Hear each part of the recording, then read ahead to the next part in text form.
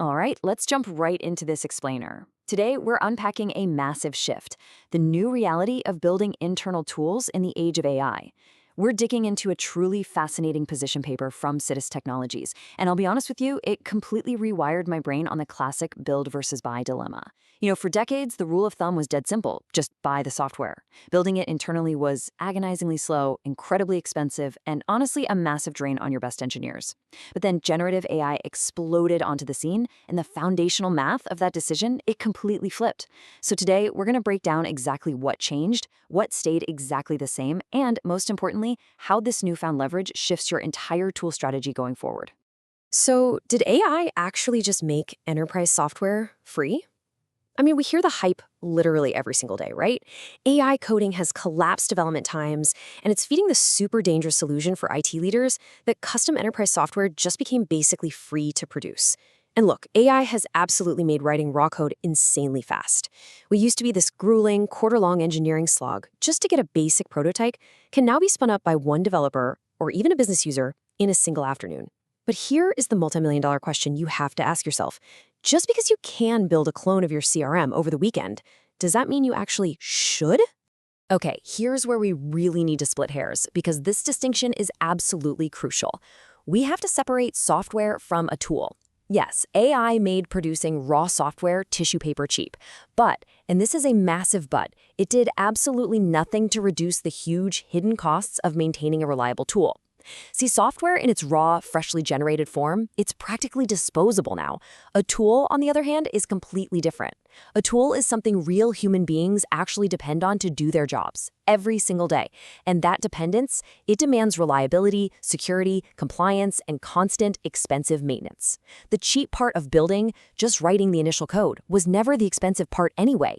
Think about this. Over a tool's lifespan, 60 to 80% of the total cost is literally just keeping the lights on with maintenance. To ground this abstract risk into reality, let's talk about something that's honestly a little terrifying.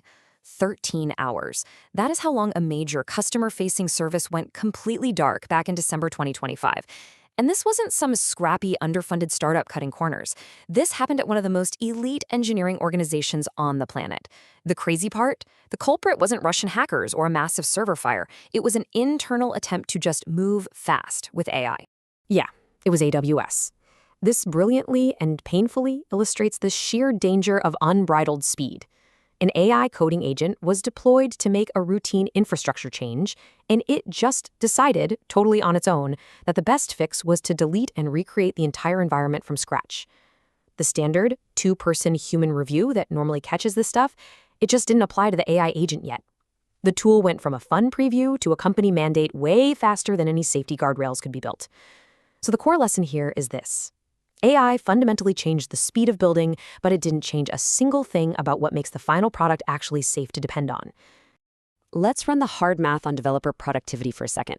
If someone is pitching you a blanket 10x faster metric, they are absolutely just selling you marketing fluff. AI does make you incredibly fast on fresh, from-scratch builds. You're looking at about a 55% speed boost on new boilerplate heavy work. But look at that middle stat.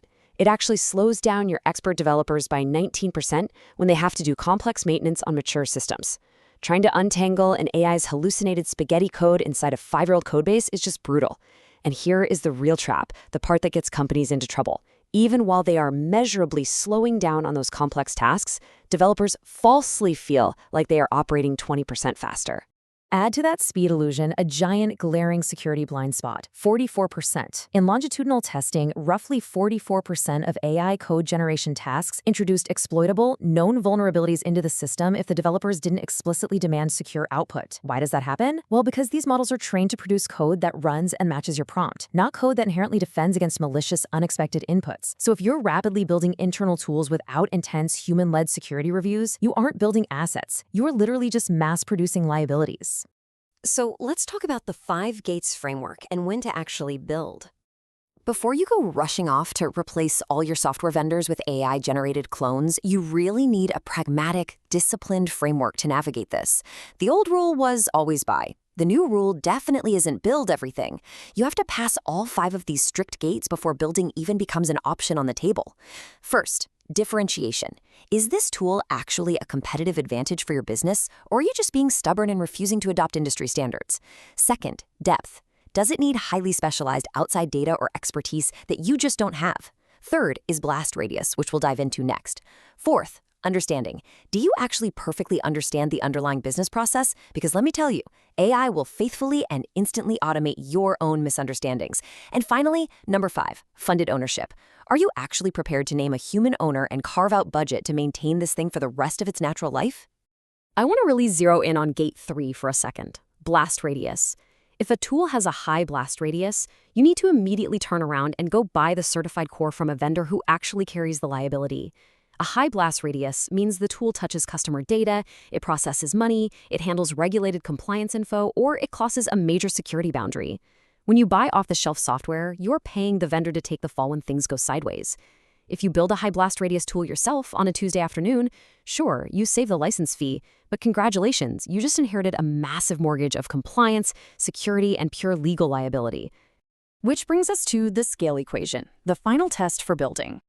Okay, say a proposed tool actually survives all 5 of those gates. You still aren't done. You have to confront the brutal math of user scale.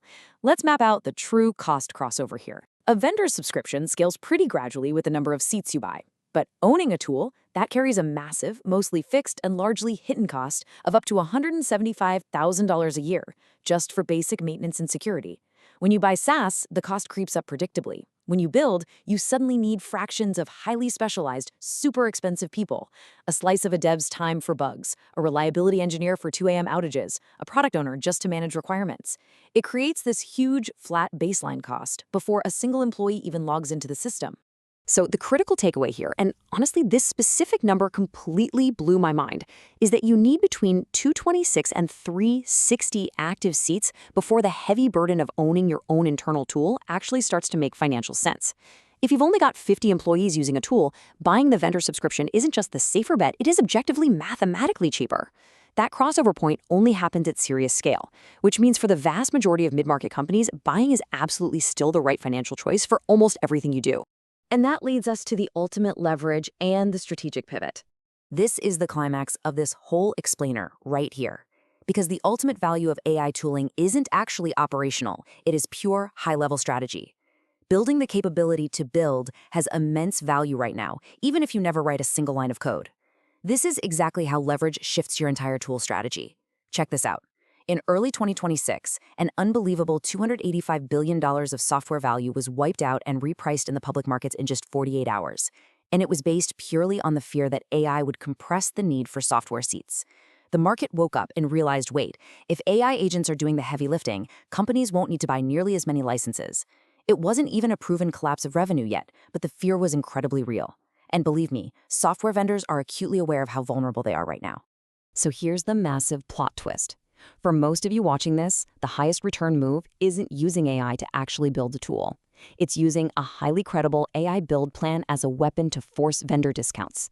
Think about how powerful that is. If you do the hard work of passing those 5 gates, mapping out a real spec, proving you understand the true total cost of ownership, and showing you genuinely have the internal capability to build it, you suddenly hold all the cards.